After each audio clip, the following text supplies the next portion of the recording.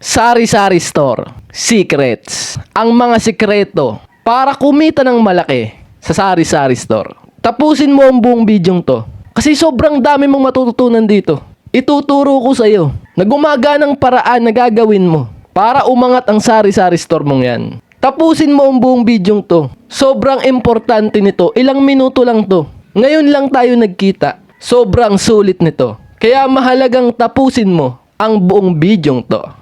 So by the way, kung hindi mo pa ako kilala, ako nga po pala uli si Darcel Robles, isa po kong negosyante na may 5 taon na pong karanasan sa mundo ng pagnenegosyo. Sari-sari store secrets, mga sikreto sa sari-sari store. Kung gusto mong malaman yan, may kwento ko sa'yo.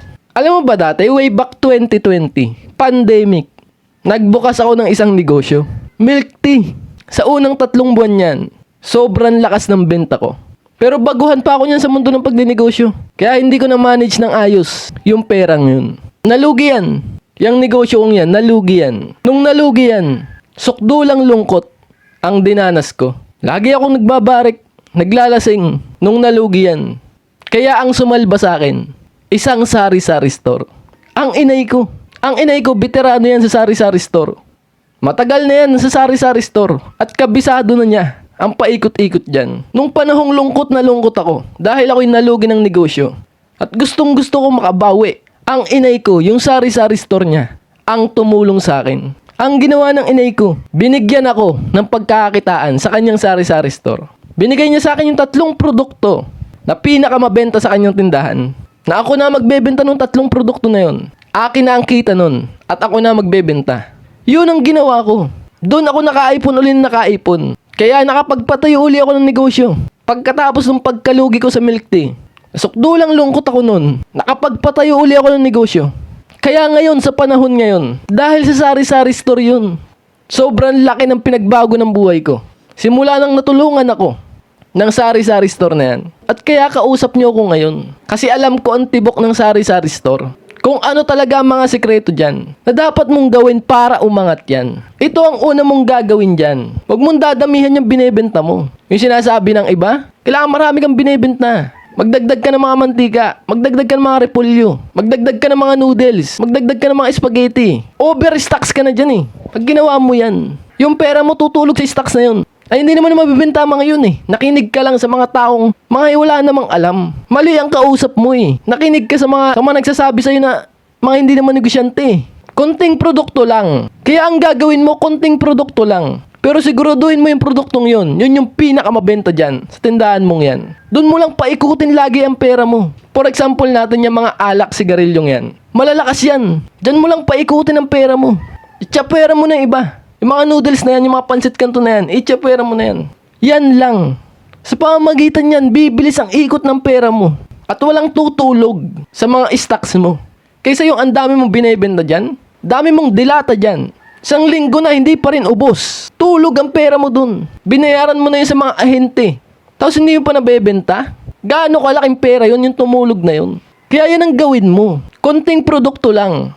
Pero yung pinakamabenta dyan, sa sari-sari store mong yan, yan ang gawin mo. Para lumaki ang kita mo dyan. Para bumilis ang ikot ng pera sa sari-sari store mong yan. Ayos? Okay, next, dadako na tayo sa pangalawa nating paraan. Pangalawang sikreto sa sari-sari store ay ang marketing. Marketing talaga eh. Kailangan nagbablog ka. Gagawa ka ng ingay dapat dyan. Alam mo ba ang pagbablog? Mag-video ka lang dyan ng ginagawa mo dyan. Nagsasampay ka ng mga products mo? Videohan mo yan. May kausap kang customer? Videohan mo yan. Araw-araw mong i-post sa social media ng sari-sari store mong yan. Ewan ko na lang kung walang maakit na mga customer yan. Marketing yan eh. At ang marketing, kailangan mong gumawa ng buzz. Gumawa ng ingay. Yung tipong kahit tulog ang mga tao, gagawa ka ng ingay. Para welcome na welcome lagi sila sa sari-sari store mo. Yun ang marketing. Pag na-master mo yan, wala ka ng problema sa benta. Kaya mong papuntahin. Kaya mong akitin ng mga customer na bumili sa'yo. Yun ang marketing. At ang makapangyarihang marketing ngayon, mag-vlog ka. Di ko yung pinagdadamot sa'yo. Palagi kong sinasabi sa'yo yan. Kaya sobrang makapangyarihan yan. Mag-vlog ka sa negosyo mo. Vlog mo ang negosyo mong yan. Kang mahiya. Videohan mo ang sarili mo. Kung ano man ang ginagawa mo dyan. Kailangan natin kumita ng malaki. Kailangan nating gawin yan. Kailangan nating lunukin. Simula ngayon, mag-marketing ka na. Mag-vlog ka na. Para sa sari-sari store mong yan. Ayos! Okay, next, dadako na tayo sa pinakahuli nating sikreto sa sari-sari store ay ang, ito na yung pinaka-importante. Gumawa ka ng produkto mo, sariling produkto. Huwag kang umasa sa mga produkto dyan, mga galing sa mga ahente. Huwag ka dyan umasa, gumawa ka ng iyo. Kasi ako dati, nung binigyan ako ng aking inay ng 3 produkto na pinakamabenta sa kanyang tindahan, di lang yun ang binibenta ko. Gumawa ako ng isang produkto na ino-online ko. Pinopost ko sa online. Binablog ko. Kaya ngayon di ko na lang sasabihin ko anong produkto yun. Basta yan ang pinakamakapangyarihan sa sari-sari store. Diyan talaga lalaki ang kita mo. Yan talaga ang sikreto ng mga negosyo. Gumawa ka ng sarili mong produkto kung saan ka magaling. For example natin, masarap ka magluto. Gumawa ng ice candy. Yung ice candy mong yun, i-focus mo yung itsura. Yung itsura ang i-focus mo. Gagandahan mo yung packaging niya. Packaging is everything. Yung plastic niya hindi ordinaryo, hindi pang yelo. Packaging is everything. Kailangan kakaiba.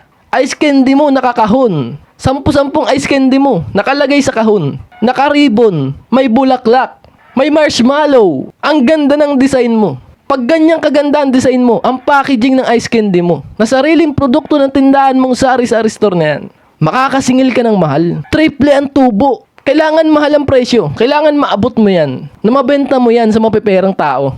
Kaya ako to sinasabi sa'yo. Naniniwala ako. Kaya hindi lumalaki ang sari-sari store mo. Mali ang binibentahan mo. Ang binibentahan mo yung masa. Masang mga walang pera yan. Mga nagtitipid yan. Paano ka aasenso sa mga yan? Kung ang market mo, mga walang pera. Mali ang binibentahan mo. Yan ang pinaniniwalaan ko. Ang kalaban natin dito, yung kahit alam mo na to, na kailangan mo palang gumawa ng produkto, sariling produkto ng tindahan mo, para makataga ka, makasingil ka ng malaking presyo. Ngayong alam mo na to, ang kalaban natin, di mo pa rin gagawin. Isasawalang bahala mo pa rin ang nalaman mo dito, sa usapan natin to. May dahilan kung bakit nakausap mo ko ngayon. Ngayon lang tayo nagkita. May dahilan kung bakit napanood mo ko ngayon. Kaya inaanyayahan kita, palagi tayo mag-usap. Pindutin mo yan, subscribe na yan. Kwentuhan lagi tayo tungkol sa negosyo. Kung may katanungan ka, palagi kong sasagutin yan. Samahan mo ko. Pindutin mo yan, subscribe na yan. Mga kanegosyo ko, yan lang ang sikreto. Kahit anong negosyo pang hawakan mo, yan ang gawin mo. Yan 3 yan. Binigay ko yan sa'yo para maramdaman mo na umaabante ka sa buhay. Huwag mong bibitawan yung pangarap mo. Gusto mong yumaman. Kaya nandito ka. May pangarap ka sa puso mo.